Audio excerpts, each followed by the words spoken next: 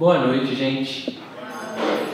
Queria agradecer a presença de todo mundo, me apresentar. Meu nome é Braulio, eu sou um dos idealizadores aqui do espaço, junto com o Vitor, conhecido também como Slash, vocalista da Squirtles Gang, o show que abriu aqui nossa inauguração há mais ou menos 4 semanas atrás. Então, agradeço enfaticamente a presença de quem veio. Para mim é um prazer enorme, uma grande satisfação pessoal esse evento, que está recebendo o professor Andítias Soares de Moura Costa Matos, professor da UFMG. Eu tenho um resumo do currículo do Andítias, vou ler brevemente para quem ainda não conhece. O Andítias possui graduação em Direito pela Universidade Federal de Minas Gerais, em 2002, mestrado em Filosofia do Direito, também pela UFMG, em 2004, doutorado em Direito e Justiça, também pela UFMG, em 2009, pós-doutorado em Filosofia do Direito pela Faculdade de Direito da Universidade de Barcelona, na Espanha, e atualmente é professora adjunto 4 de Filosofia do Direito e Disciplinas Afins na Faculdade de Direito da UFMG. Foi professor residente no Instituto de Estudos Avançados Transdisciplinares, IEAT, da UFMG, entre 2017 e 2018, assim como professor visitante na Universidade de Barcelona, na Espanha, entre 2015 e 2016, e pesquisador colaborador no Departamento de Filosofia da Universidade Estadual de Campinas, Unicamp, entre 2014 e 2015. Coordena os projetos de pesquisa Filosofia Radical do Direito e do Estado, o Estado de Exceção no Brasil Contemporâneo, para uma leitura crítica do argumento de emergência no cenário político-jurídico nacional e desobediência civil e democracia, a participação cidadã não violenta como estratégia de luta por direitos em contextos de exceção econômica permanente. Tem experiência na área de direito, com ênfase em filosofia do direito, teoria do direito e filosofia antiga, atuando principalmente nos seguintes temas: normativismo, teoria da justiça, decisionismo, estado de exceção, biopolítica, debate Kelsen-Schmitt, autoritarismo e democracia, desobediência civil, filosofia antiga, filosofia pré-socrática e estoicismo. Esse é um resumo do currículo do Andítias, que é um currículo muito mais amplo, com produções periódicas, uma grande produção para a idade dele. É realmente uma honra ter o Andítias aqui. Considero ele um pesquisador de nível mundial, assim, digamos. Pessoalmente, esse livro que vai ser hoje lançado aqui, Filosofia Radical e Utopia, ou no título da nova edição, a outra edição, né? Filosofia Radical e Utopias da Inapropriabilidade, uma aposta anárquica na multidão. É um livro muito importante para mim também, gente. Esse livro, eu queria compartilhar com vocês uma experiência pessoal. Esse livro, quando eu li esse livro pela primeira vez, esse livro teve um impacto relevante na minha vida e, quem sabe, pode ter um impacto relevante na vida de vocês também. Claro que eram coisas que eu já vinha estudando, né, na área da filosofia do direito, um tema que já me interessava, então talvez por isso o livro me toque mais do que tocaria alguém que não é exatamente da área, mas não tenho certeza, porque é um livro bastante transdisciplinar, o vocabulário não é tão complicado. Recomendo, assim, é um livro que eu recomendaria para quem estivesse começando a estudar essas coisas, que se aventurasse também por esse livro. E vai estar sendo vendido hoje mais barato do que vocês encontram nas livrarias, na internet. Vai estar de R$50 com autógrafo, dedicatório do Andítias. Se alguém quiser, é só falar. Pode pagar no cartão também, normal, quando for fechar a comanda. Essa experiência, gente, antes de falar do livro e passar a palavra para o Andítias, essa experiência do Galpão 117, essa experiência de fazer desse espaço um espaço de festa, um espaço também cultural, é uma coisa que tem a ver com essa ideia de que a escola e o aprendizado não se pareça tanto com uma prisão ou com uma fábrica, mas que o aprendizado possa combinar também com o prazer, que o aprendizado possa combinar também com o deleite, que o aprendizado possa combinar também com a bebida, com a comida, né? Essa é uma proposta que espero que o Galpão 117 consiga realizar, uma proposta de produção de filosofia, de ciência, de música, de artes em geral.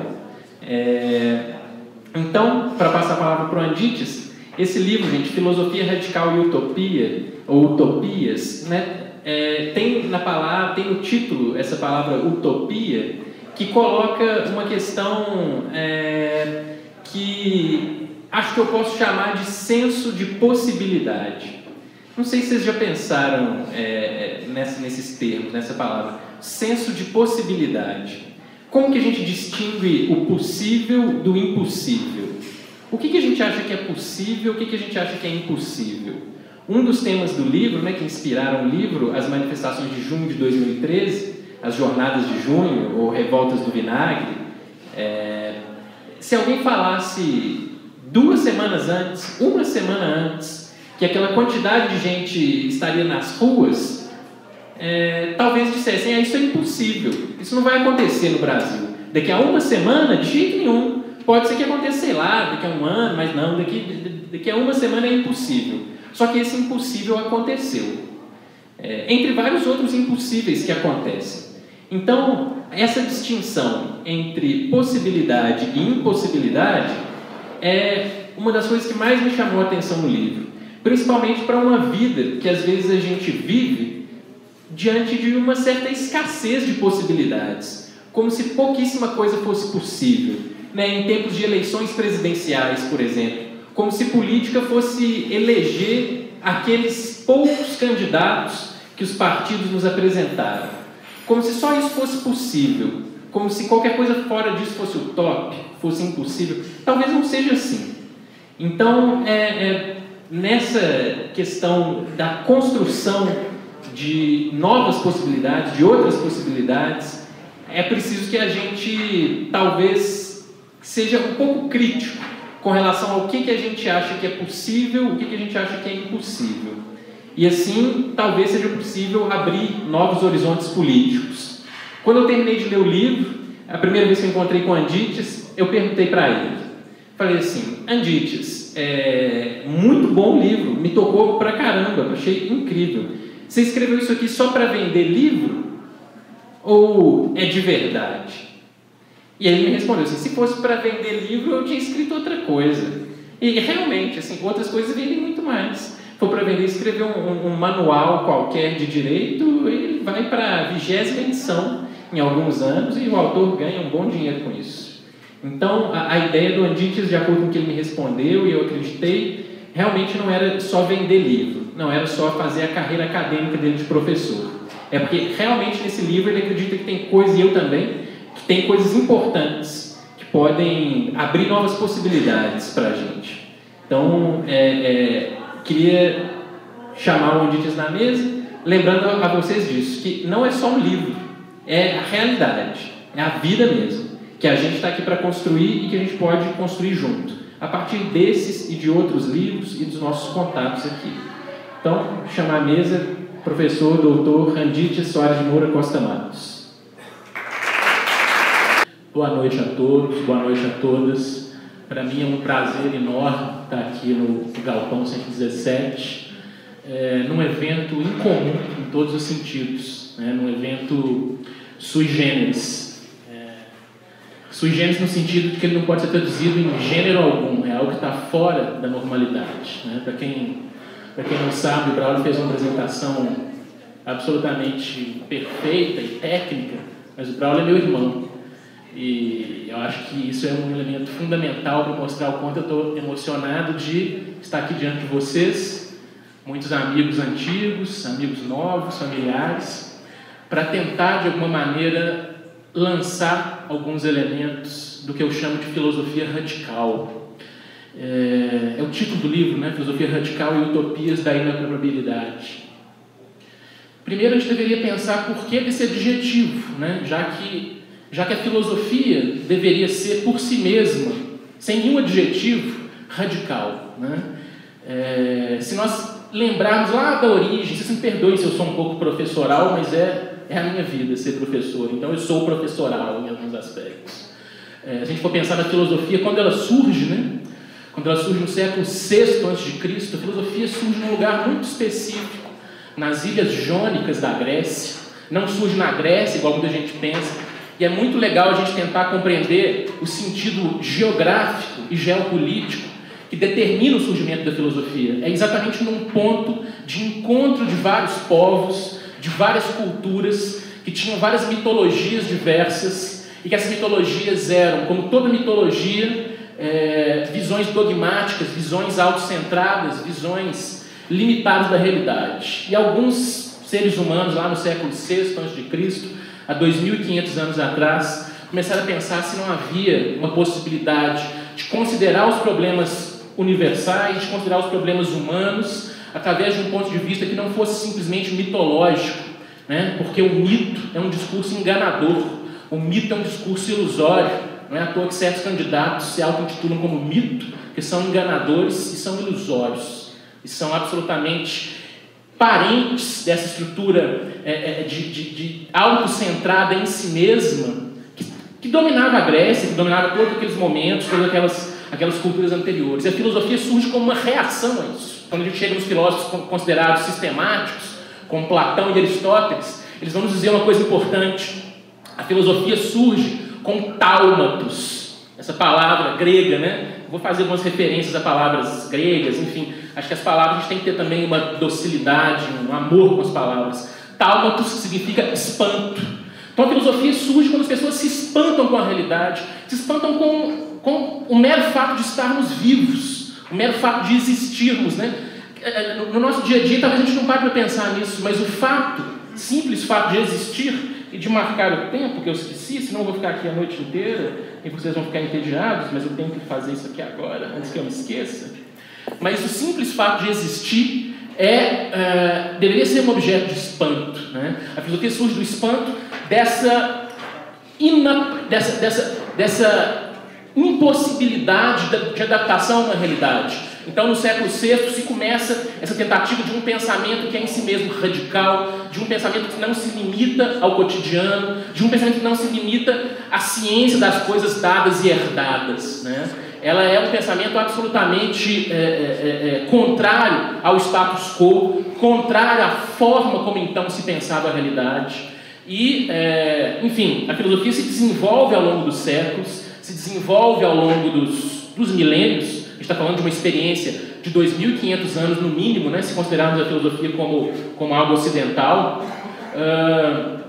E vemos hoje, século XX, XXI, né, século XIX, XX e XXI, ou a partir da modernidade, digamos assim, de forma mais ampla, que a filosofia se traiu de alguma forma, ou ela foi traída, né, que a filosofia perdeu de alguma forma o seu caráter crítico, que ela perdeu o seu caráter contestatório, que ela se tornou de alguma forma uma simples disciplina universitária, que ela se tornou um simples catálogo de nomes, de datas e de ideias, que muitas vezes, ou quase sempre, nunca tem nada a nos dizer sobre a nossa realidade. É contra essa postura, e eu acho que todo pensamento é um pensamento do contra. O pensamento ele só se desenvolve numa dimensão agonística, né? Essa palavra é uma palavra grega também. Agon, em grego, significa conflito. Só se pode pensar diante do conflito, só se pode pensar conflitualmente. Aqueles que pensam que democracia, por exemplo, esse é um tema que eu quero tratar nos próximos minutos, é um dos temas centrais da filosofia radical. Aqueles que pensam que democracia é regra de consenso, é quando todos nós, bovinamente, acreditamos nos mesmos valores, nas mesmas ideias, nos mesmos projetos do que é uma vida boa. Isso não é democracia, isso é a mais terrível das ditaduras. A ditadura da apatia, a ditadura da passividade, a ditadura da covardia diante do fato de que cada um de nós é único e deveria então ter projetos únicos e ainda assim comuns, ou seja, compartilháveis uns com os outros, né? A democracia ela não é simplesmente essa homogeneidade cultural. E da mesma maneira a filosofia, que é uma disciplina essencialmente democrática, né? Vamos imaginar que a filosofia não surge na Pérsia, a filosofia não surge no Oriente Médio, a filosofia não surge em nenhum outro lugar, a não ser naquele momento, naquela realidade que tinha feito a experiência radical da democracia, né? Aí vocês vão me dizer assim, mas enfim, você acabou de dizer que a filosofia não surgiu lá em Atenas, surgiu nas Ilhas Jônicas, e mais, né? Atenas não é nenhum exemplo, a Grécia não é nenhum exemplo de democracia, afinal de contas, as mulheres estavam afastadas do poder, os estrangeiros estavam afastados, era uma economia escravocrata, baseada em escravidão pura e simples. Como é que a gente pode fazer o elogio então, da democracia grega? Seria uma certa algo contraditório, né?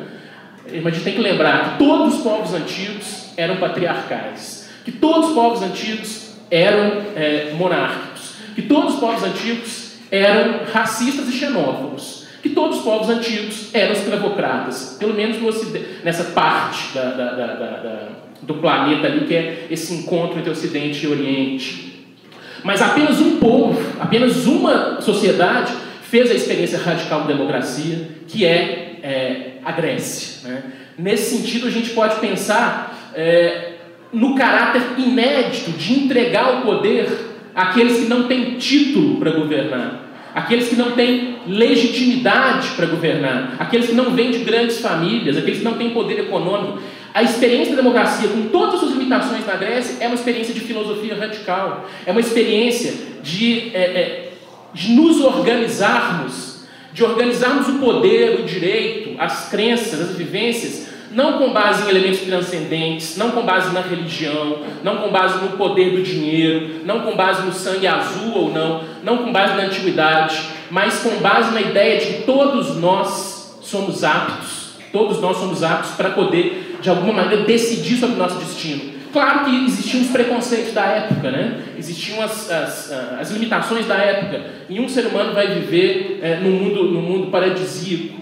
Mas a Grécia fez essa experiência e é radicalmente ligada à filosofia. Democracia e filosofia estão ligadas umbilicalmente. Onde uma falta, a outra falta também. E é por isso que, ao longo do tempo, a gente pode dizer que, à medida que a democracia decai ou deixa de existir, e eu quero lançar aqui uma tese um tanto quanto polêmica, nós não vivemos em sociedades democráticas, o Brasil não é democrático e o Ocidente como um todo não é democrático, a gente pode discutir isso daqui a pouco, mas por isso mesmo a filosofia ela foi sendo reduzida a uma espécie de disciplina universitária, a um catálogo mais ou menos tedioso de conhecimentos supostos, abstratos sobre a realidade. Daí porque eu senti a necessidade, ao escrever esse livro, de pensar uma dimensão radical da democracia, da filosofia, de pensar uma filosofia naqueles termos originários em que ela foi criada no século VI a.C., como um discurso contra aquilo que que é posto para nós como inevitável, né? Como o único caminho, como a única forma de organizar as nossas sociedades, as nossas personalidades, os nossos desejos, as nossas crenças. A filosofia radical tem a ideia de filosofia radical tem esse adjetivo, então, para de alguma maneira mostrar que a gente quer voltar à raiz. Radical vem de raiz. E tentar pensar com honestidade, tentar realizar esse exercício de pensamento fundamental, que é uma crítica concreta e absoluta da nossa realidade. A filosofia não está satisfeita com o que nos é dado. E na mesma medida que ela decai a democracia, né? Decai a possibilidade de nós decidirmos autonomamente sobre as nossas vidas. Vejam que daqui a pouco, daqui a umas semanas, vamos ser confrontados com as supostas opções políticas que nos são dadas pelo sistema representativo. Pode parecer bastante democrático, né, a ideia de eleição. Mas se a gente volta um tempo no passado, se a gente volta na Grécia Antiga, a gente vai ver que eleição é fundamentalmente um discurso não democrático. Que a eleição, o que é eleição? O que vocês pensam quando vão escolher alguém assim para presidente, governador, deputado? Quais são os argumentos? E aqui eu quero ouvir vocês mesmos. Eu não vou cumprir aqui exatamente o ritual de fazer uma palestra monológica. Quero ouvir alguém que tenha coragem filosófica para se colocar. O que vocês pensam quando vocês vão votar em alguém? O quê? Uma quantidade de pessoas, você tem limitar aquelas pessoas, não tem outra. Mas quais são os critérios, assim? Imaginemos dentro da teoria, né?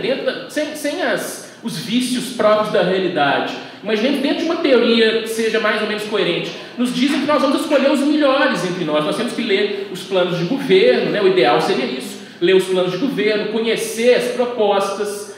E temos que escolher os melhores entre nós. Essa é uma ideia, meus caros e minhas caras, aristocrática. Né?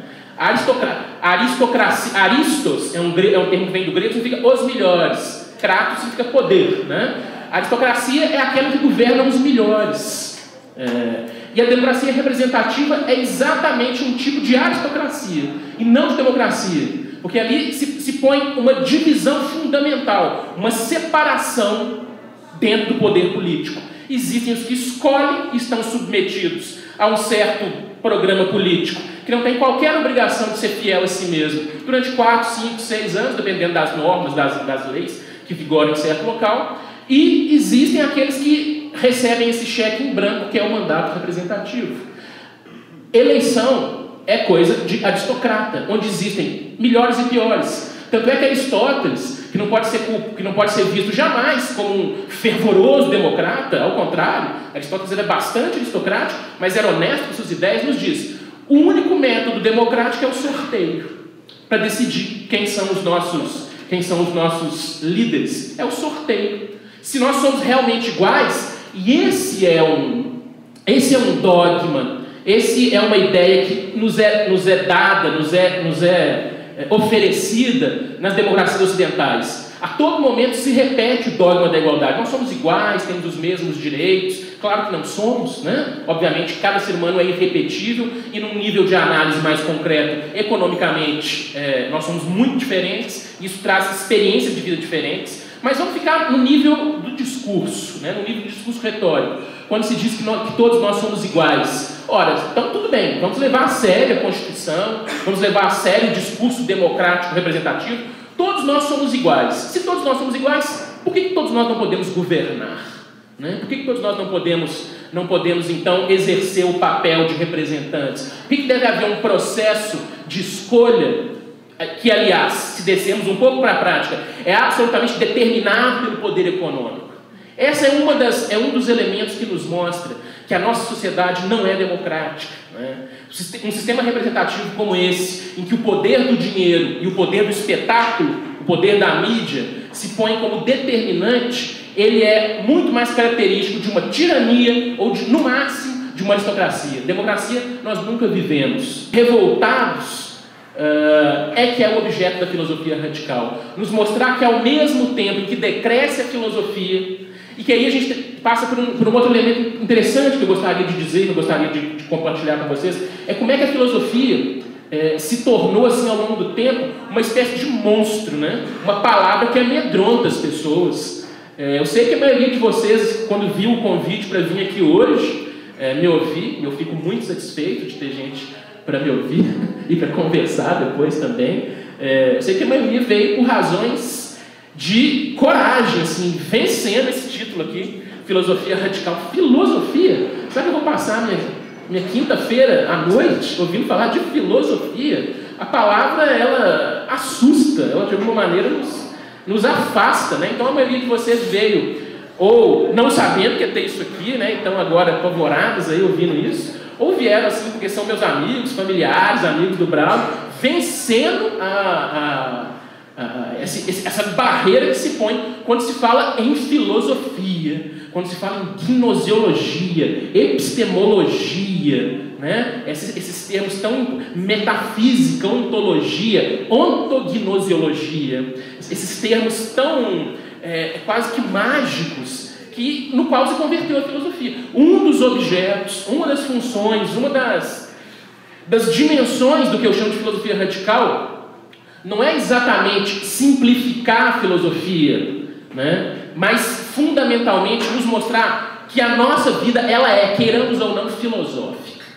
A filosofia é fundamentalmente uma arte de ser feliz. O Aristóteles, né, quando perguntado, estou cada vez mais voltando para a Grécia, mas é meio impossível sair de lá. Quando perguntado qual que é o destino, qual que é a função do ser humano, porque cada coisa e cada ser tem uma função.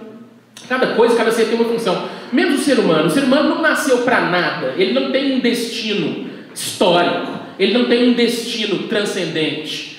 A única coisa que a gente pode fazer, nesses pequenos momentos que a gente vive, entre duas escuridões, né? Entre a escuridão anterior ao nascimento e a escuridão depois da morte, independentemente de quaisquer crenças, a única coisa que a gente pode fazer é ser feliz, de alguma maneira estar completo, né? E ser feliz não tem a ver com essa satisfação banal que nós encontramos, por exemplo, no consumo. Tem a ver com se sentir e se saber, melhor dizendo, se saber conectado com uma ordem maior, que é uma ordem coletiva, uma ordem de justiça, uma ordem que eu não tenha vergonha de existir, como eu tenho vergonha de existir nesses dias, nesse mundo, nesse planeta.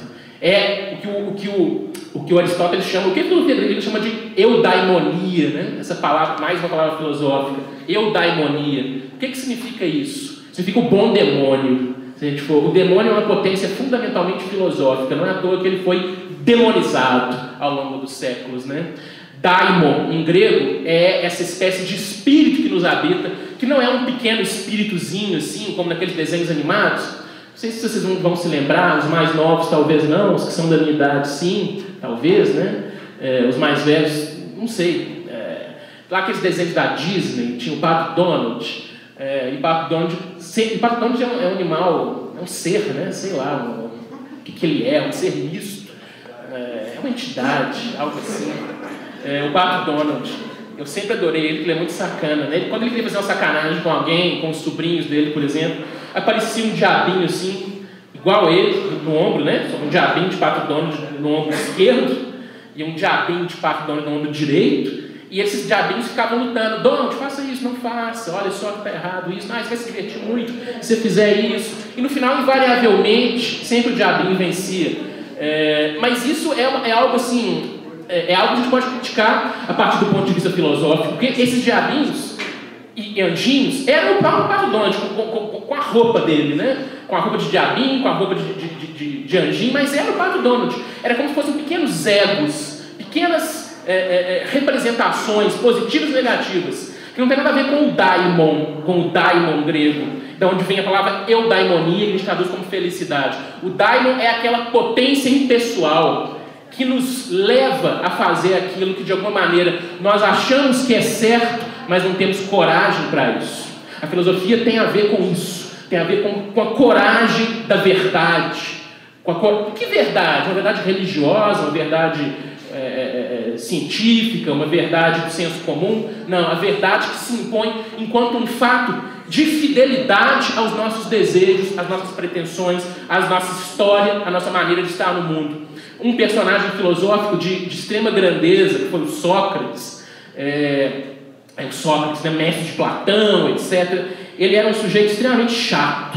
Aliás, o filósofo é um ser extremamente chato, porque ele, quando tudo parece que está bem, quando as aparências nos exigem que nós sejamos sempre sorridentes e felizes uns para os outros, a filosofia vai enfiar o dedo na ferida que é viver, na ferida que significa viver, rodar esse dedo, né? E o Sócrates fazia isso dia e noite. Ele caminhava pelas ruas de Atenas, encontrava grandes atenienses, né? Grandes personagens políticos, religiosos, cívicos. Encontrava um grande general, por exemplo, que tinha vencido várias batalhas, e perguntava a esse general o que é a coragem. Imagine que um guerreiro grego, né, de 2.500 anos atrás, deveria saber o que é a coragem. E esse guerreiro, esse general ateniense, dava a ele várias respostas, vários exemplos. Ele dizia: não, eu não quero exemplos, eu quero saber o conceito de coragem, eu quero saber o que é, para além de qualquer experiência específica, histórica, o que é a coragem. E aí esse general se envergonhava. Esse general, ele se diminuía e admitia que não sabia o que era coragem, né? Que ele se dizia como praticante de vários atos de coragem, mas no fundo ele não sabia o que era coragem. E existe uma coisa que nós nunca perdoamos. Nós, seres humanos, nós terráqueos, nunca perdoamos sermos humilhados. A gente pode perdoar tudo. A gente pode perdoar alguém que nos faça mal, alguém que nos traia, alguém que nos odeia, mas a gente não perdoa quem nos humilha. E era isso que Sócrates fazia. de maneira involuntária na Grécia, né? Demonstrando às pessoas que, assim como ele, elas nada sabiam, né? O que um ser humano pode saber no espaço de uma vida é muito pouco. E o Sócrates fez isso não foi durante 40 minutos, não, como estou fazendo aqui, foi durante a sua vida inteira, que durou 80 e tantos anos, até que a cidade encheu o saco do Sócrates, né? Ficou puta com o Sócrates, vamos matar esse sujeito. Aliás, vamos dar uma lição nesse sujeito. O Sócrates é julgado por vários crimes que são de alguma maneira imputados a ele, que são falsos, que são crimes sem o menor sentido, mas o fato é que ele estava interferindo demais na cidade, estava interferindo demais na normalidade, nessa espécie de névoa de conformismo que existia naquela sociedade, e existe em qualquer sociedade. Ele é julgado, condenado à morte ao final por não aceitar assumir nenhuma culpa, por não aceitar pedir perdão, por não aceitar se retratar. Se ele tivesse se retratado, já estava até previsto, ele pagava uma simples multa, mas ele dizia que não. Ele dizia o seguinte: não sou eu que faço isso, não sou eu que vou até as pessoas e pergunto sobre a coragem, por exemplo. Quem faz isso é o meu daimon, é o meu demônio, que eu não tenho nenhum controle sobre ele. É uma dimensão impessoal que faz, com a coragem da verdade, aquilo que está para além de qualquer juízo de conveniência, de juízo de oportunidade, de juízo de conveniência mesmo, né? Essa ideia de uma dimensão da vida que não é apropriável pela nossa personalidade, que não é apropriável pela nossa subjetividade e que constitui o que há de mais verdadeiro e por isso mesmo o que há de mais esquecido, é a dimensão própria da filosofia. Essa é a felicidade da filosofia. Uma felicidade que é de alguma forma amargurada, né? É uma felicidade não amargurada, esqueçam isso, melancólica. Uma felicidade melancólica no sentido de que se vive numa dimensão, e se tem certeza que se vive numa dimensão em que é como se nós estivéssemos afastados de qualquer possibilidade de uma vida verdadeira. Mas a vida verdadeira, ela só começa na medida em que eu me comprometo existencialmente com as minhas verdades. Qual de vocês, né? Qual de nós, não estou me tirando aqui não, estou me incluindo ainda mais, qual de nós já não sentiu várias vezes essa espécie de sensação incômoda em que de alguma forma sabemos que deveríamos agir de certa maneira, mas agimos exatamente ao contrário, seja por conveniências econômicas, por conveniências pessoais, enfim, por uma série de desculpas, por uma série de elementos que de alguma maneira nos fazem nos trairmos cotidianamente. Contra esse tipo de visão, aliás, contra esse tipo de posição, contra esse tipo de prática existencial, é que surgiu a filosofia. A filosofia é uma dimensão de extremo cuidado de si mesmo. Não do ponto de vista individualista, que só existe o eu, o resto que se foda. Não. É um cuidado que é um cuidado cotidiano. Como diz o Epicteto, um filósofo grego, nós temos que fazer uma escultura de nós mesmos. Nos constituir enquanto esculturas. Vocês podem ter certeza que fazer uma escultura não é fácil, né? Para o escultor não é fácil. Assim como fazer uma escultura ética, política, social, amorosa de nós mesmos em relação a esse mundo em que nós vivemos, também não é fácil. Essa é a dimensão que a filosofia radical, sem nenhuma modéstia, digamos assim, tenta trazer para um terreno que é o meu terreno, tão fraturado, tão envelhecido, tão injusto, como é o terreno do direito, né? Essa ordem que, assim como a suposta democracia representativa, é uma ordem de separação do poder e da sociedade. A gente sempre costuma pensar que Estado e sociedade são coisas iguais, não são. Nós estamos aqui constantemente enfrentados a potências, enfrentados a discursos, enfrentados a realidades que não tem qualquer possibilidade de nos garantir liberdade efetiva, que não é a liberdade de consumir, que não é a liberdade da propriedade, que não é a liberdade de constituir o meu eu, o meu ego, de maneira completamente irresponsável. A filosofia radical ela tem alguns elementos, ela tem algumas intuições que eu queria pensar junto com vocês, e tem muito a ver com essa colocação que o Braulio fez no início, né? Nós chegamos a um momento da história do Ocidente, da história universal, porque, queremos ou não, o Ocidente reboca para o seu caos, reboca para a sua falta de sentido, para a sua tristeza, todo o resto do mundo, né? Mas chegamos a um momento em que tudo parece, em que todas as opções parecem fechadas, em que todas as opções parecem impossíveis, né? Lá em 89, 90, com o fim da União Soviética, com a queda do Muro de Berlim, onde nós tínhamos dois sistemas, o sistema russo, soviético, e o sistema americano, com as duas únicas opções, as duas péssimas, as duas terríveis, as duas capitalistas, não tenhamos dúvidas, capitalismo de Estado e capitalismo de mercado. São apenas duas variações da mesma maneira de ver o mundo. Mas com o fim da União Soviética, se chega à noção de que nós temos uma única via no mundo, uma única forma de vida, que é o capitalismo liberal burguês. Não tem mais nada além disso. Um autor da época, o Francis Fukuyama, lançou um livro detestável chamado O Fim da História e o Último Homem, dizendo que o fim desses comunistas autoritários, eram sim comunistas autoritários, no meu discurso não há nenhum dualismo na medida que eu critico, por exemplo, o liberalismo norte-americano, o capitalismo norte-americano, eu estou justificando o sistema soviético. Não, esse é um dos vícios que foi imposto ao nosso pensamento. Pensar de maneira dual, e na medida que eu nego X, eu afirmo Y. Né? Não. Eu critico os dois igualmente. Mas, enfim, o que eu estou querendo dizer é a ideia, querendo colocar a ideia de uma dimensão de previsibilidade e de ausência de escolha. Né? Quando acaba aquela via do socialismo, se impõe um modelo de mundo que nos diz, a partir de agora que nós temos a economia de mercado, é o direito de propriedade, é a vida cada vez mais autocentrada, um liberalismo que se torna um individualismo absolutamente selvagem, e felicidade é isso. Felicidade de alguma maneira, se traduz, né, em bens materiais, em consumo, em propriedade, sem atentar para as outras inúmeras e talvez muito mais importantes dimensões do ser humano. Né? Cada sociedade se estrutura tendo em vista valores centrais. O valor central da nossa sociedade é, digamos, o bem-estar econômico.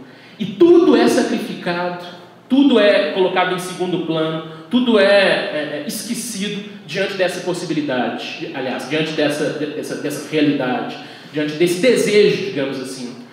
Tudo é convertido num grande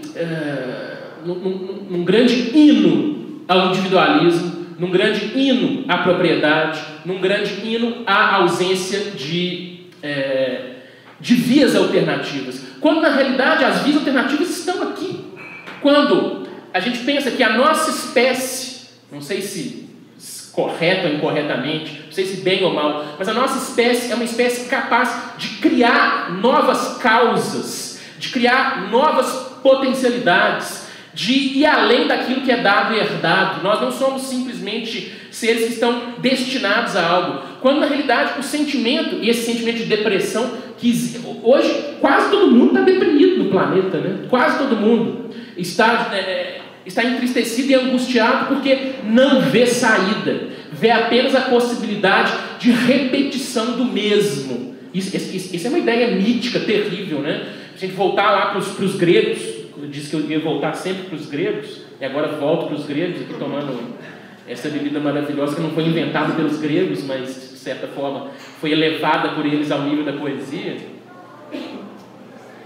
Quando a gente lê as tragédias gregas, a ideia de pena, né?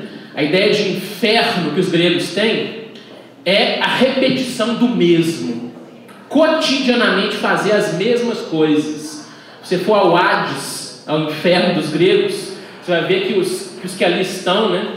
Eles são condenados, por exemplo, como Sísifo, a rolar uma pedra, né, pesada, rolar a pedra para cima de uma montanha. Imagina uma montanha assim. Em Minas nós somos capazes de imaginar, porque temos as nossas montanhas, né? Barbacena não tem muitas até não, mas enfim. Rola a pedra para cima da montanha, a pedra rola para baixo, você tem que levá-la para cima de novo. Ela rola para baixo, você tem que levá-la para cima de novo. E assim eternamente. Prometeu, que é outro personagem mitológico grego, ele está condenado a ter o seu fígado comido todos os dias por aves, né?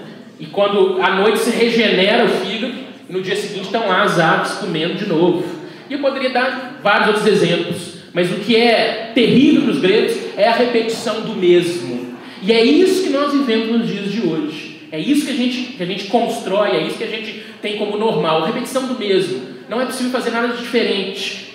Quando, na realidade, se nós pararmos de pensar filosoficamente, né, afastando esse temor da palavra filosofia, entendendo que ela é uma arte de viver, que ela é uma arte de ser honesto consigo mesmo, que é uma arte da verdade, não de uma verdade transcendente, mas da sua verdade, que só pode ser uma verdade compartilhada nesse sentido. Se nós entendermos isso, a gente vê que as possibilidades estão absolutamente abertas, né? Abertas. Eu quero compartilhar com vocês uma experiência que eu tive ontem, ou anteontem. Foi anteontem. Fui convidado a dar uma palestra num lugar que eu, assim, não estava tão à vontade como estou aqui hoje, entre familiares, amigos e conhecidos, que é num seminário da Polícia Federal. Aí fui dar uma palestra lá. Um aluno meu, que era da Polícia Federal, me chamou, um aluno da pós-graduação, e falei coisas muito parecidas aqui com o que eu estou falando para vocês. Falei coisas muito parecidas e abri o congresso dizendo que a polícia não é democrática, o que para mim parece algo absolutamente óbvio.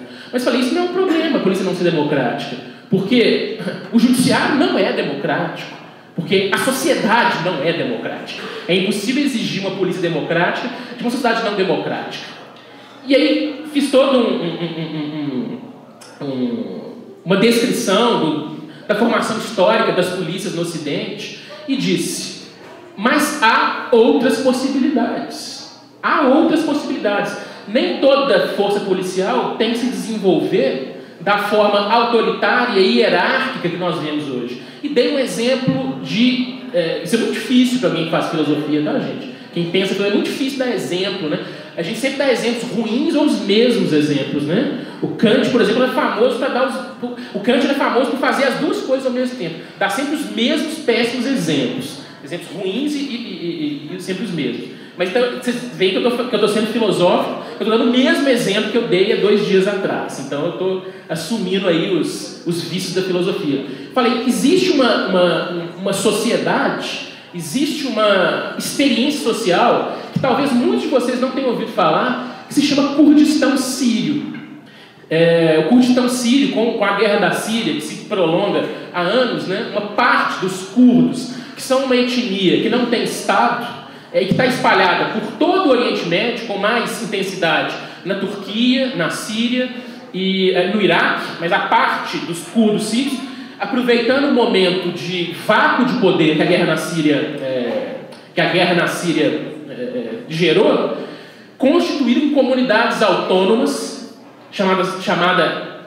ficou conhecido como Federação Síria, o Kurdistão Sírio, ou é conhecido pelo nome da cidade mais famosa, que chama Rojava, e estão tentando constituir formas de sociabilidade, formas de vida e formas de polícia, por isso que eu dei o exemplo nessa palestra que eu estou falando para vocês, completamente diferentes daqueles que nós conhecemos. E isso num contexto em que eles têm como inimigos o Estado Islâmico, né? Essa organização terrorista absolutamente ausente de qualquer limite, né? Ético, moral e social. E nessa experiência de tentar construir uma nova sociedade, eles pensaram, nós não vamos construir uma sociedade igual à Síria, ou igual à Turquia, ou igual ao Iraque, ou igual aos Estados Unidos, ou igual ao Brasil. Vamos tentar pôr em prática ideias concretas que são diferentes. Então é uma sociedade que vive momentos extremamente complexos, né? Mas que se baseia, primeiro, no feminismo. Isso para mim já é uma coisa inédita, né? No Oriente Médio, curdos, que são de religião islâmica, estão se baseando no feminismo. Segundo, na autonomia, na possibilidade de autogoverno, de democracia direta, sem intermediários, sem intermediação. Terceiro, autossustentabilidade ecológica. esses caras devem ter sido massacrados, né, em poucos dias. Não. Em 2013 eles começaram a tentar isso. Estão vivos até hoje. É um território de 4,5 milhões de pessoas. Desenvolveram um novo sistema penal, desenvolveram um novo sistema policial, né? Nesse sistema penal desenvolvido em Rojava, se baseia muito mais na ideia de restauração do que na ideia de vingança estatal. É interessantíssimo notar a taxa de encarceramento deles. A taxa de encarceramento são 400 pessoas no meio de 4,6 milhões, num cenário de guerra civil. De guerra civil não, um cenário de guerra declarada com o Estado Islâmico.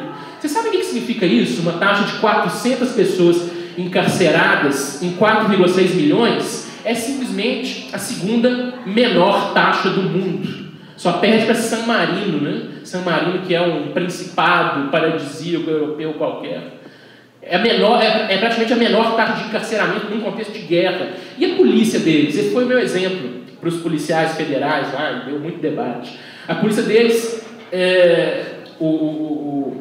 os teóricos, os autores, os repórteres que foram conhecer aquela realidade, foram conversar com as pessoas, estiveram na academia de polícia de Rojava, disseram assim: olha, a polícia aqui, antes de receber qualquer arma, antes de um agente policial receber qualquer arma, ele é treinado em teoria feminista e resolução pacífica de conflitos. Nossa missão é extinguir a polícia, é dar um treinamento básico a qualquer cidadão, para que a gente não tenha mais esse poder separado. E os policiais ficaram me olhando assim de uma forma, mas você acha que isso realmente é possível? Havia um bloqueio epistemológico, ou seja, um bloqueio no sentido de saber o que é simplesmente pensável. Mas eu disse: olha, eu não estou dizendo se isso é possível, não. Estou falando que é possível, que está acontecendo. Está acontecendo no Oriente Médio, aqui, agora. Eu não estou colocando um argumento filosófico, um argumento fictício, um argumento entre outros. Eu estou dizendo que isso está acontecendo.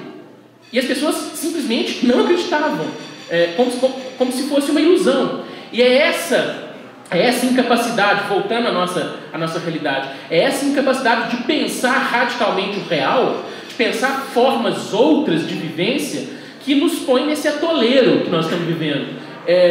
Eu acho que um dos elementos para medir o nível de avanço ou o nível de desenvolvimento de uma sociedade não tem a ver com seus bens materiais, nem com a sua quantidade de medo, que é isso que a gente vê hoje. As sociedades tidas como de alguma maneira tiveram sucesso são aquelas em que as pessoas estão constantemente com medo de perder o emprego, com medo de não ter o que comer amanhã, com medo dos seus governos, com medo dos seus vizinhos, com medo de si mesmo. Um elemento fundamental para ver o grau de desenvolvimento de uma sociedade tem a ver com a ideia de que as pessoas estão felizes ou não. E eu pergunto, retoricamente, qual de nós está efetivamente feliz com essa sociedade que nós temos? Acho que poucos, né? E o que nós fazemos para transformar essa realidade? Nada. É paradoxal. A gente chegou a um momento em que nós nos tornamos nossos próprios carcereiros, né? Em que o nosso cérebro, em que o nosso pensamento, a nossa reflexão sobre a realidade é o elemento totalmente impossibilitador de qualquer mudança. É contra essa postura. Até agora a minha fala pode parecer muito sombria, né? Eu quero já me encaminhar para o final e conversar com vocês, que é o que mais me interessa. É contra essa possibilidade que se põe a ideia, dê o nome que quiser, eu dei de filosofia radical, mas várias pessoas, vários grupos, vários movimentos estão realizando nesse momento ações que nos parecem impossíveis, nos parecem ir contra esse limite do razoável, né? Mas é só através de uma revolução radical, e eu não quero dizer revolução num sentido tradicional, ainda que seja necessária também, não é uma oposição, mas é só uma revolução nas nossas subjetividades, na maneira em que nós nos comportamos uns com os outros, na maneira em que nós nos vemos, que a gente pode, de certa forma, tentar constituir outras sociedades.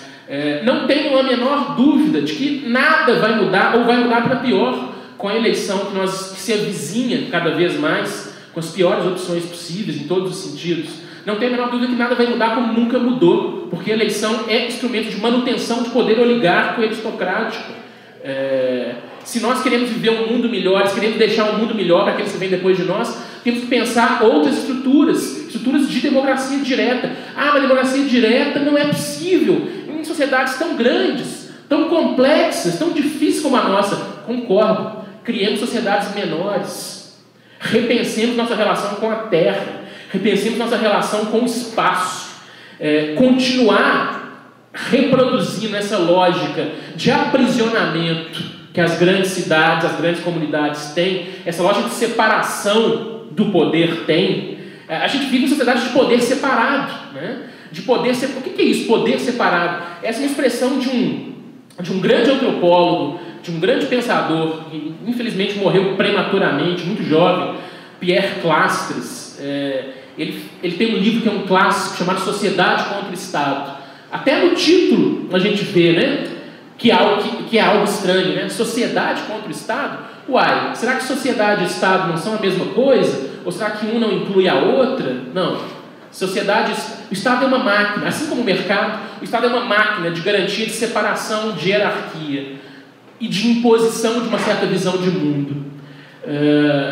Mas existiram e existem sociedades em que o poder não está separado, em que o poder político, em que o poder judiciário, em que o poder religioso, em que as várias dimensões do poder não estão separadas e não estão privatizadas como aquelas que nós vemos. O Classes faz uma série de pesquisas aqui no Brasil e na Venezuela, na selva amazônica. Ele conviveu com várias tribos indígenas e viu que naquelas sociedades o poder ele estava disseminado em todos os seus membros. Não significa que era um paraíso, não significa que não havia violência, mas significa que não existia hierarquia, significava que não existia alguém que dizia: eu sou o Senhor, eu sou o líder absoluto e você cumpre as minhas normas. A gente tem uma visão muito errônea e muito assim de senso comum sobre as tribos indígenas da América do Sul, com a ideia de que é um chefe, um pajé ou algo assim que domina absolutamente. Não, ali o poder é completamente disseminado. E aí ele notava, né, quando essas tribos começam a crescer, isso vai se tornando cada vez mais complicado. Então, pensar uma nova vida, pensar uma nova dimensão, pensar uma nova forma de constituir felicidade social, significa pensar uma nova relação com o território, com a geografia, com a política, com as crenças, com o outro. O outro, para nós, hoje em dia, é uma ameaça absoluta, né? Qualquer possibilidade de relação com uma pessoa, ela tem que enfrentar uma série de entraves. O outro se põe como, no máximo, um elemento assimilável se aceitar alguma das nossas crenças. Quando, na realidade, democracia para valer significa não somente tolerar, eu odeio essa palavra, eu odeio tolerância nesse sentido. Tolerar é uma palavra que põe o outro abaixo de nós, eu te tolero. Não, é conviver, é viver conjuntamente. Viver conjuntamente com o outro exige esse esforço hercúleo da gente escapar dos nossos umbigos, escapar da nossa propriedade. Eu estou falando de propriedade há muito tempo, vocês estão imaginando, a propriedade quer dizer que são os bens que pertencem a esse sujeito, como esse relógio, ou esse negócio que nem é meu, enfim, essas coisas todas. A maior propriedade que a gente tem é do nosso ego. A maior propriedade que a gente tem é da nossa subjetividade, da minha história, dos meus desejos, das minhas vontades. Essa subjetividade que tem que ser posta em jogo. Eu posso dizer claramente que a luta pela libertação é fundamentalmente uma luta pela libertação do ego. É uma luta pela libertação da subjetividade. É uma luta pela libertação dessa ideia de que eu sou algo, de que eu sou alguém, que sou diferente, inassimilável. A filosofia radical ela coloca essas ideias. Ela critica a democracia representativa, ela critica a hierarquia, ela critica o que a gente chama de nomos, que é esse poder violento do direito que se impõe a todos nós, quer queiramos, quer não, quer seja imediato ou não. A filosofia radical ela tem como dimensão propositiva ou projetiva a destruição de tudo aquilo que nos parece, que se nos põe, que aparenta para nós como estrangeiro à verdade. Mas qual verdade? A verdade da felicidade, a verdade do equilíbrio, da harmonia, a verdade dessa... E também do agonismo, né? A felicidade não é tão rósea assim a democracia radical, a filosofia radical, não. É essa verdade de nós estarmos no mundo e não vivemos uma vida fascista. No fundo é o Foucault de novo, né? Nós vivemos vidas fascistas e construímos pequenos fascistas, que são os nossos filhos, nossos netos, nossos bisnetos, nossos amigos. Como não viver uma vida em que, para mim, viver eu tenho que oprimir outras pessoas ou aceitar ser oprimido? E aí eu termino com uma pequena... um pequeno relato do Pierre Clastres também, que é um dos autores da minha predileção. Nesse livro, Sociedade contra o Estado, ele narra algo que pode parecer muito bárbaro para nós. Aliás, para nós, tudo aquilo que não se encaixa nos nossos padrões é bárbaro, né?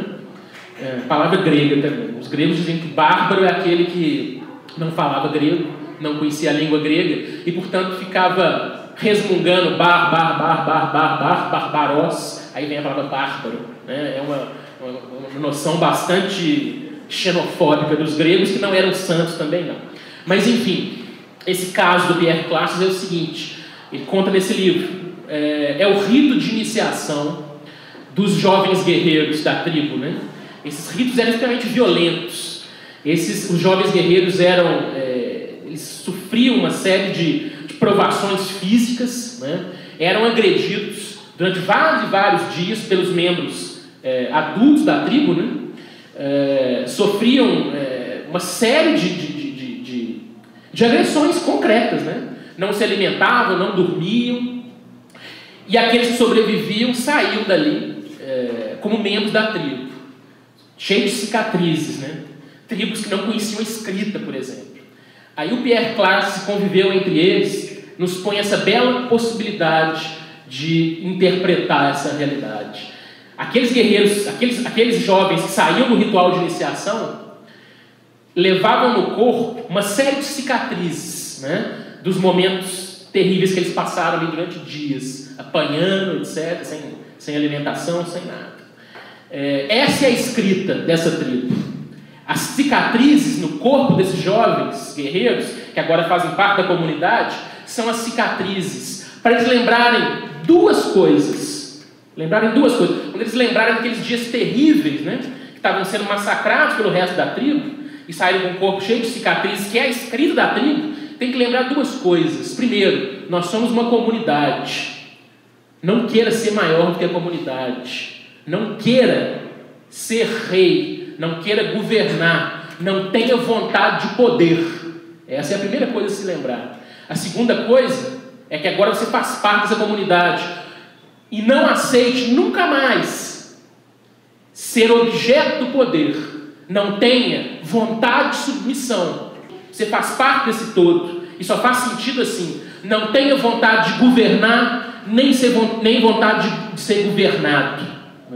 É só esse tipo de tonalidade afetiva, que isso é um afeto. É só esse tipo de visão, que é a mais difícil de todas. Não querer governar e não querer ser governado, que pode ser a base de uma democracia radical. Muito obrigado.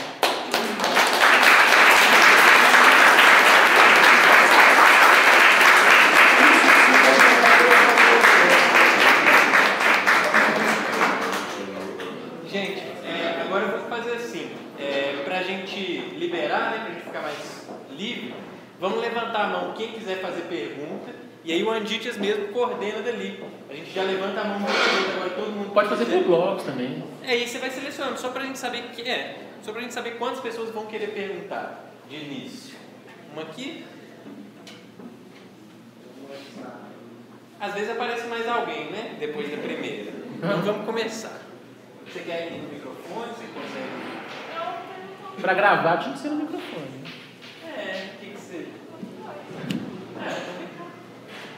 Mas não se sintam tímidos pelo microfone, é só um amplificador de voz. A voz é de vocês. Boa noite, professor. Parabéns pela palestra. Eu sou estudante de Ciências Sociais da UEM e, assim, o senhor falando sobre a democracia eu achei bastante interessante, porque eu também acredito como uma utopia, porque é um sistema que, assim, é representativo, diz que é representativo, mas não é, a gente não se sente representado. E uma questão que eu ia levantar é sobre o que o senhor iria propor para essa democracia funcionar. O senhor disse que seria uma coisa mais direta. Mas aí eu queria te perguntar, então, como isso funcionaria, como que a gente desperta isso no cidadão, se seria através da educação, no despertar da consciência, porque parece que o senso crítico tem sido deixado de lado. Eu tenho estudado um pouco sobre a educação e, assim, diz que a filosofia e tudo isso tem sido deixado de lado pelo nosso modelo prussiano de escola, que impõe a ordem e que não desperta esse questionamento no cidadão, que a gente está acostumado a só aceitar e não questionar o que está sendo posto. Seria esse o caminho através da educação. Obrigada. Deixa eu fazer uma também que eu acho que se conecta também. Tem a ver com essa coisa da educação. Eu pesquisei educação também no mestrado. Eu queria somar nessa coisa das potencialidades da educação em nos transformar com aquele problema, quem vão ser os educadores, né? Quem vão ser aqueles capazes de educar? E nessa questão da democracia direta, que o Anditas mencionou, democracia direta teria a ver com essa coisa de exercermos nós mesmos, né, o governo, sem a necessidade sem o desejo de sermos governados e nem o desejo de governar os outros, né? Uma democracia direta. Mas juntando isso com aquele problema que você colocou, que teríamos algo de fascista em nós mesmos, né? Que nós mesmos teríamos algo de fascista em nós, assim, que nós mesmos exerceríamos sobre nós mesmos esse desejo de domínio, né? Que esse desejo de domínio não se exerce só sobre o outro, não é só a minha vontade de dominar o outro, mas é talvez o modo como eu lido comigo mesmo, é talvez uma vontade de dominar que funciona como aquela história do anjinho e do diabinho. Será que uma democracia direta, nos moldes onde seríamos capazes de ser democráticos diretamente se internamente, né, somos formados por essas estruturas hierarquizadas de poder? Então, por exemplo, na Alemanha, né, houve um processo depois da Alemanha nazista, houve um processo educativo de desnazificação da Alemanha, que também foi uma coisa bastante impositiva, né, que proibia certos símbolos, proibia certas falas, mas que foi um projeto de desnazificação na Alemanha. Será que, de algum modo, essa ideia da educação, haveria alguma possibilidade de algum tipo de desnazificação para nós, assim, que, de algum modo, parece que também somos nazistas?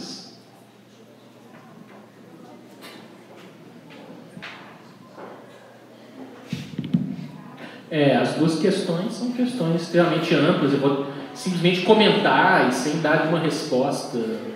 Eu vou dar uma resposta oracular, assim, como oráculo de Delfos, que olha para o futuro, fala por meio de enigmas, né? Como é que é o seu nome mesmo? Letícia. Muito boa a sua questão. Eu acho que a gente tem que entender que um dos campos fundamentais de batalha é o que a gente chama de educação, né? O que os gregos chamavam de paideia, que é a própria formação da criança, do paidos, né? Claro que não tem a ver só com criança, mas a palavra em si mesma nasce daí. E é um dos elementos mais autoritários e mais fascistas, para usar a expressão do Braulio, que nós temos hoje. Existe um autor, um medievalista, que escreve sobre a Idade Média, e que ele diz assim: se nós tivéssemos por acaso, é o George Duby, e se nós tivéssemos por acaso uma máquina do tempo e trouxéssemos um homem medieval para hoje, aqui, no século XX, ele ficaria espantado com tudo isso que está aqui, né? Ficaria super espantado com a energia elétrica, com a forma como a gente se veste, com a nossa língua, mas só tem um lugar que ele se sentiria em casa, só tem um lugar que ele ficaria tranquilo e falava, continua na Idade Média, que é uma sala de aula. A sala de aula é um local que é exatamente igual à Idade Média. O Braulio conhece muito bem essa citação que eu vou fazer agora, um autor fundamental da filosofia, que é o Kant. Kant dizia assim, que as crianças têm que ser levadas muito cedo para a escola, mas não aprender nada, não.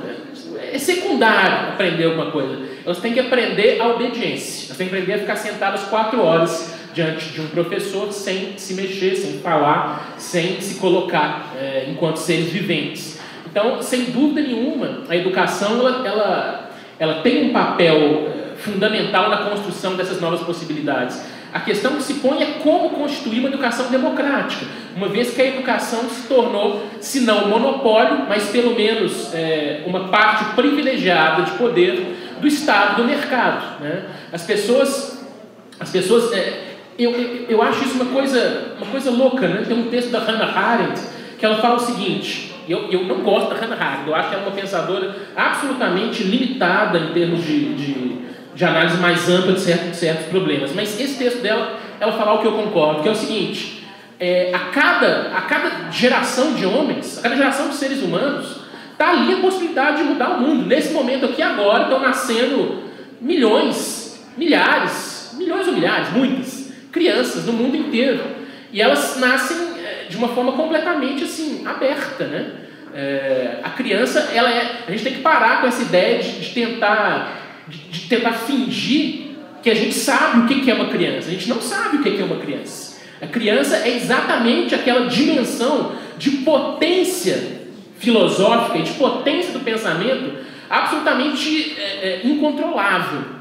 E o que nós fazemos continuamente é controlar, dizer o que pode, o que não pode, o que é certo ou errado, segundo certas concepções. E são concepções que advêm de uma visão de mundo centrada em alguns valores. Propriedade, por exemplo, né?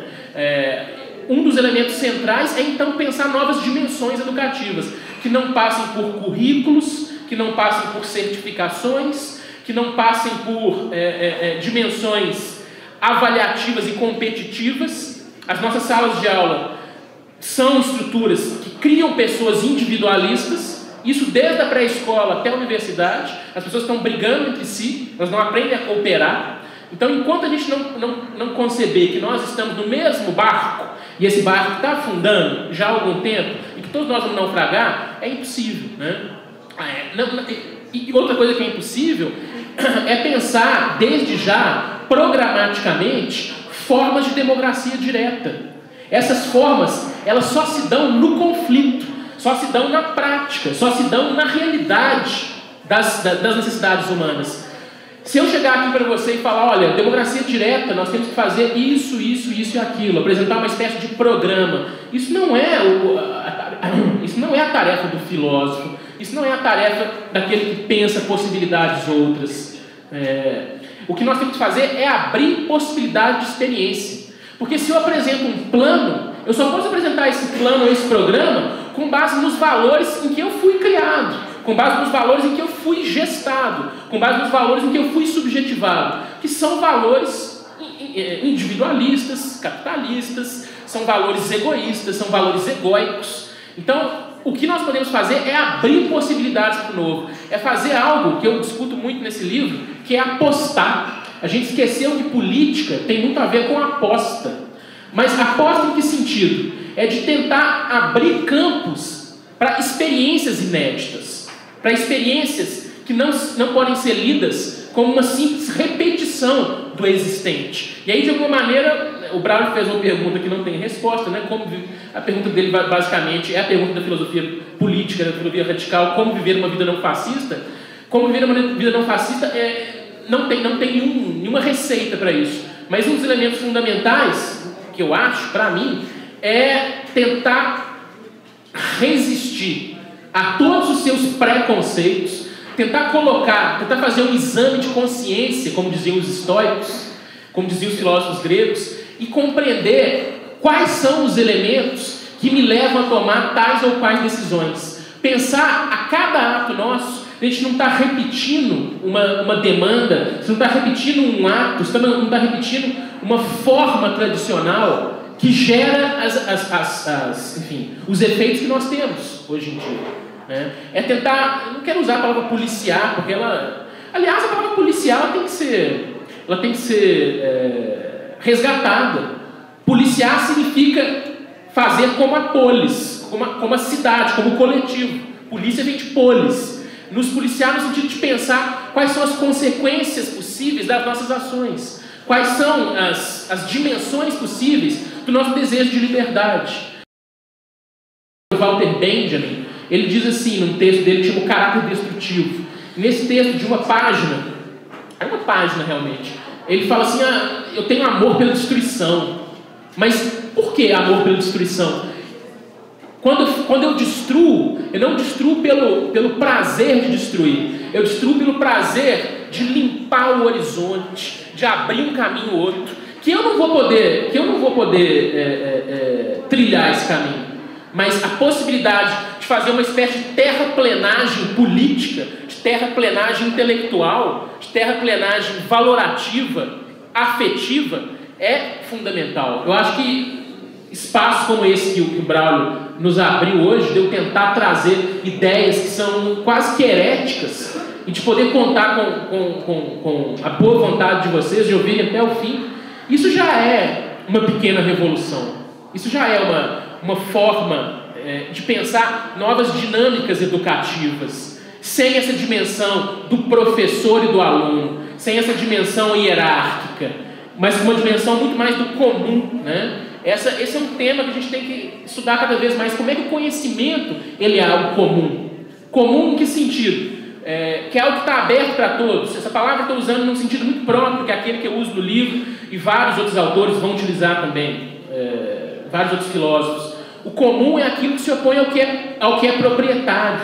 E a gente passou a compreender, por exemplo, durante muito tempo, que o pensamento e as ideias são propriedade de alguém, né? E a nossa educação é baseada nisso. A ideia, por exemplo, de direito autoral, né? Eu tenho meus direitos autorais aqui sobre o livro, é tudo baseado na ideia de que o pensamento pertence a alguém. Na realidade, a gente parte de uma concepção que o pensamento ele é comum, que ele está aberto a todos nós, que ele se põe como uma disponibilidade e uma abertura, e que eu faço uso disso, fazer uso do pensamento. Nós estamos aqui sempre querendo dizer a quem pertence isso ou aquilo, a quem pertence essa ou aquela ideia, a quem pertence essa ou aquela outra maneira de estar no mundo. Não, a gente tem que fazer uso do mundo. Então, tentando responder de uma forma mais concreta, que eu sei que a gente da filosofia é muito abstrato, né, às vezes, mas uma educação baseada não em hierarquia, mas em colaboração. Uma educação não baseada em sucesso econômico, mas em felicidade. Uma educação não baseada em propriedade, mas em comum, né? Baseada não em propriedade, mas no uso. A gente usa o mundo, mas a gente não está aqui, a gente nasce nu e morre nu. A gente nasce sem nada saber e morre sem nada saber. Então, a possibilidade de uso, que é sempre um uso comum, é sempre um uso coletivo, é muito mais densa, muito mais efetiva, é muito mais humana do que essa tentativa não, essa vivência que nós temos hoje, que é uma vivência proprietária. A escola é apenas mais uma dimensão de propriedade. A gente tem que usar o mundo, usar a nossa vida, e não ser proprietário dela.